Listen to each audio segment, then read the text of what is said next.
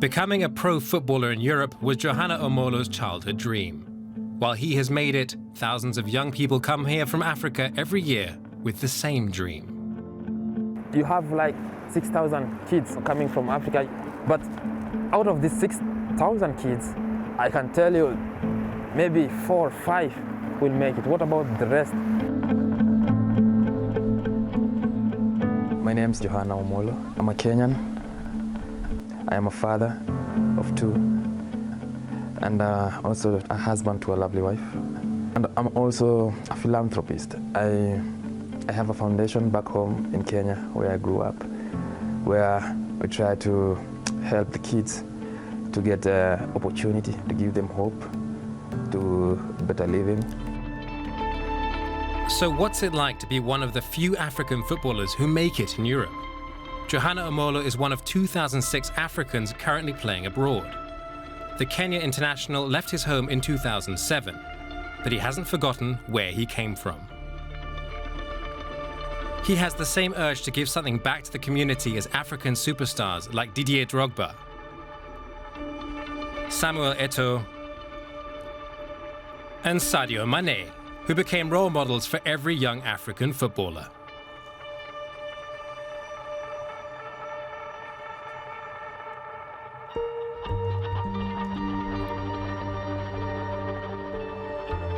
It was never easy for Johanna. The place he grew up in still haunts him today. Dandora is an eastern suburb of Nairobi. It's known for being the biggest dump site in Kenya. Dandora is a pretty difficult place. I lived pretty close to the dump site. Walking distance, 3 minutes. So it was really close. And the stench, it's unbearable. You cannot stand it.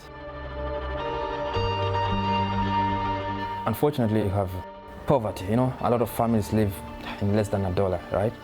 And that means education is not good. So the only thing was football or crime. I got lucky because I stuck to football. Omolo has been living in Europe since 2007. The new climate was a shock to his system. You know, the first time I came here, we were like training in the evening. And I was really, you know, the fingers and the toes were really like terrible, like so cold. I had to stop. I told the coach, really, I have to go, like, I have to go inside. And everyone was there just, you know, laughing. Omolo's 2 kids were born here in Belgium, and they call the country home. Just one example of how much has changed since he arrived in Europe. Omolo has turned out for 5 clubs in Belgium. Most recently, he spent 4 years with Cercle, the smaller of the 2 Bruges-based First Division clubs. Are you making a film? What? Are you making a film? Yeah, I want to be president. So. As a kid, I never imagined I'd be a place like this. Now, it's here, you can come from home to training, you just pick up your your shoes, you know. And growing there, you could not. We played without shoes, you know. In the beginning, when we were young, no shoes. Even the balls, you know. The balls here, you know, good balls. At home, we really used the paper balls, you know. And it was just fun and just to distract us from everything that's going on around you. It was more an escape.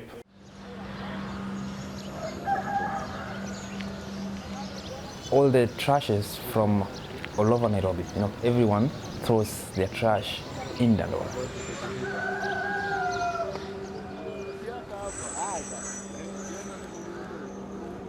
We played football just next to it, so we used the plastic bags from the garbage to make football. My friends, you know, stopping football, trying to go to the dump site, get things, sell them. Yeah, it became like part of our lives.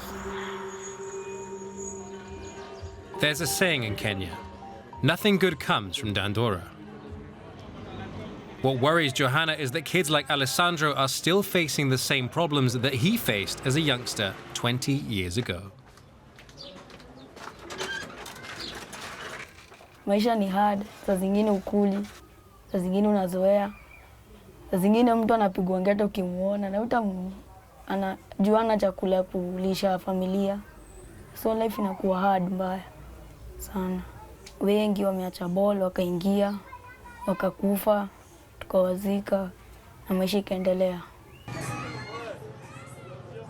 While Johanna became a footballer in Europe, one of his oldest friends, Victor Akumu, stayed and became a street food vendor. But for many young people, it's hard to resist the money gangs can offer. It was just last week. There was a friend of ours who plays soccer, but he was involved in some parts of crime. Some policemen shot him and he died just instantly. We are torn in between. We don't know, because if you look at soccer, there is no revenue, and the people are saying that the gangs have revenue. Few players can live from football alone.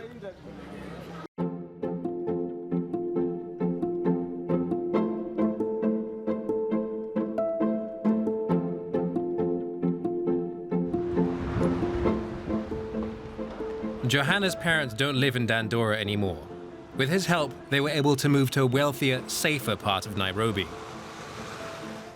His parents were initially skeptical that football could provide a stable career. When he was 13, his mother stopped him from going to Norway for trials. 2 years later, he went and gave the money he earned to his mum. Wakati alienda akaniletea pesa ingine kidogo, nikajua kumbe hii football inaweza fanya mtu awe mzuri, kubadilisha juu wakati huo baba yake sasa anaretire, lakini mimi bado nilikuwa nashuka nywele. When I came from Norway, for the first time I saw my mother, had this smile, yeah, like there was light in her eyes, and all that because of football. And for that moment, I realized, like, I was born to do something for this family.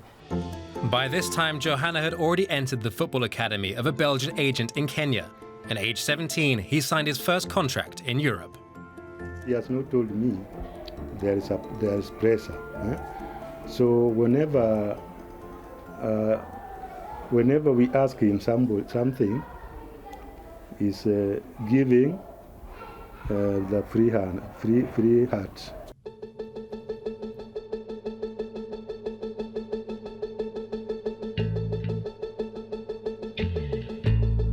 The first African players came to Europe in the 1930s, recruited by clubs in Porto and Paris from Portuguese and French colonies.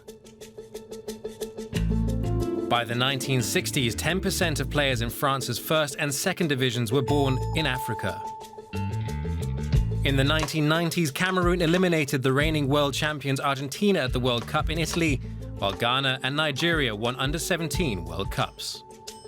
Foreign agents flooded the continent to recruit African footballers for the European market. Playing in Europe became a business model for African players. But once they made it there, many wanted to put their past behind them. Most African players, they don't want to talk about it. Some don't want even to go back because they say it's terrible, it's horrible. But for me, I'm proud of where I come from. And it's for that I really want to give back. I want to give something back because it's a struggle. It was a struggle for me, and it's still a struggle for a lot of kids. When I see all this here, the first thing comes in my mind is, why can't I have this in Kenya, in Dandora? In 2017, Johanna decided to do something for his community. He set up his own foundation. Just 300 yards away from the dump site, he established a soccer academy. Alessandro and Teddy are enrolled there, two kids who dream of following in Johanna's footsteps and becoming professional footballers. Ningependa kucheza English Premier League, La Liga, Serie A, zote. Bora tu nikuje nisaidie watu wa getu, ni watu pale. Alessandro and 6 other kids have a scholarship from the Johanna Omolo Foundation. This is where they go to hone their skills. naenda kucheza passion yangu yenye nimeshazoea, juu ni talent yenye Mungu alinipatia, nikiiwaste itaenda hivyo. Sasa najaribu kuaim pale nataka kufika. Compared to Europe, there are not enough quality academies here for players in the decisive age bracket between 12 and 16. And the kids don't dream of playing in the Kenyan Premier League. Our main objective is to develop good soccer in Kenya. And locally, if you can have a very competitive league. Not only you are successful when you go to Europe. So these young kids, what we impact to them, they can be pro when they're here in Kenya. Andrew Juma is an example of a former academy player who made it in the Kenyan Premier League. He pushes the boys to focus on soccer and education, as not all of them will become pro footballers. The academy made my mentality to see football as a career when I was a kid. Okay, I earn around $1,000, approximately, yeah, $1,000. And it does help a lot now, because I can even pay my sister's school fees in the university, pay my mom rent. I can even buy a kid a boot, because when I was in the academy, some people bought me boots. So now I can do the same.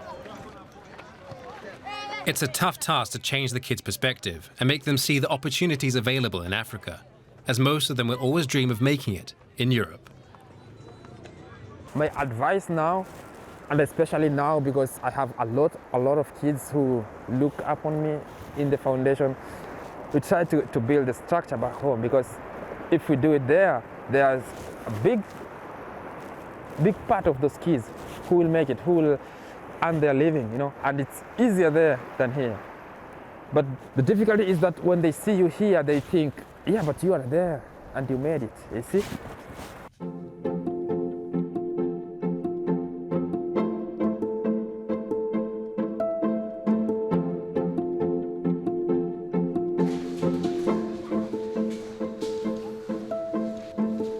For African players coming here, it's really, really important that they get some help, you know, to integrate in the society.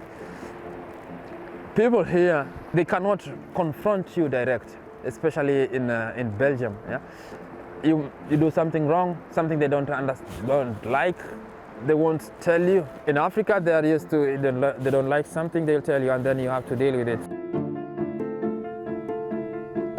Fortunately, Johanna got plenty of advice from older African players, helping him get used to the European mentality.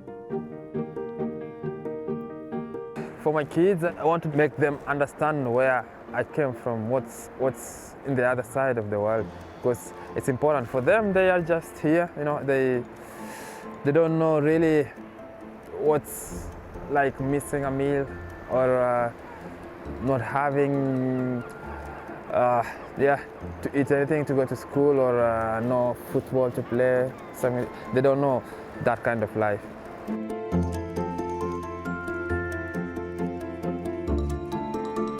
Most of the time, maybe the kid wants to play, but he's tired, and you know, we have to give him time to rest.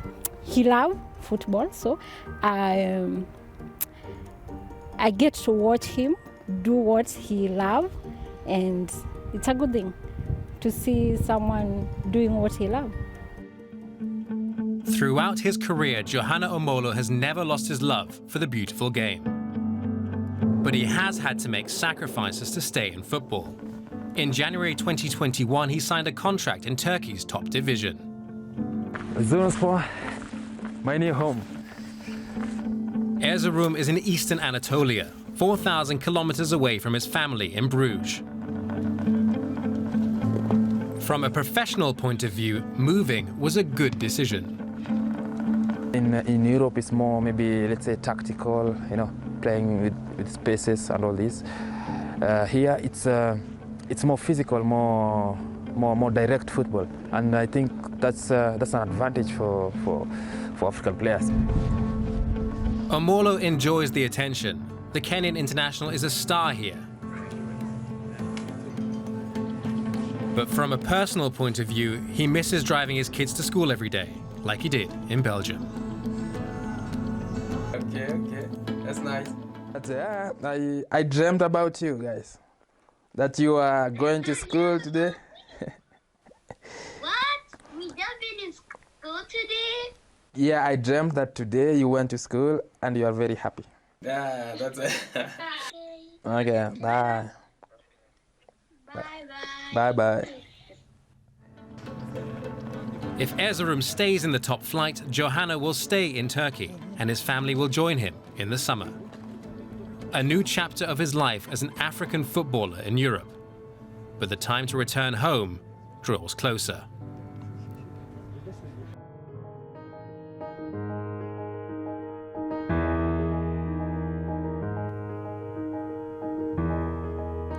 Like other footballers worldwide who donate at least 1% of their earnings, Johanna joined the Common Goal initiative to change things for the better.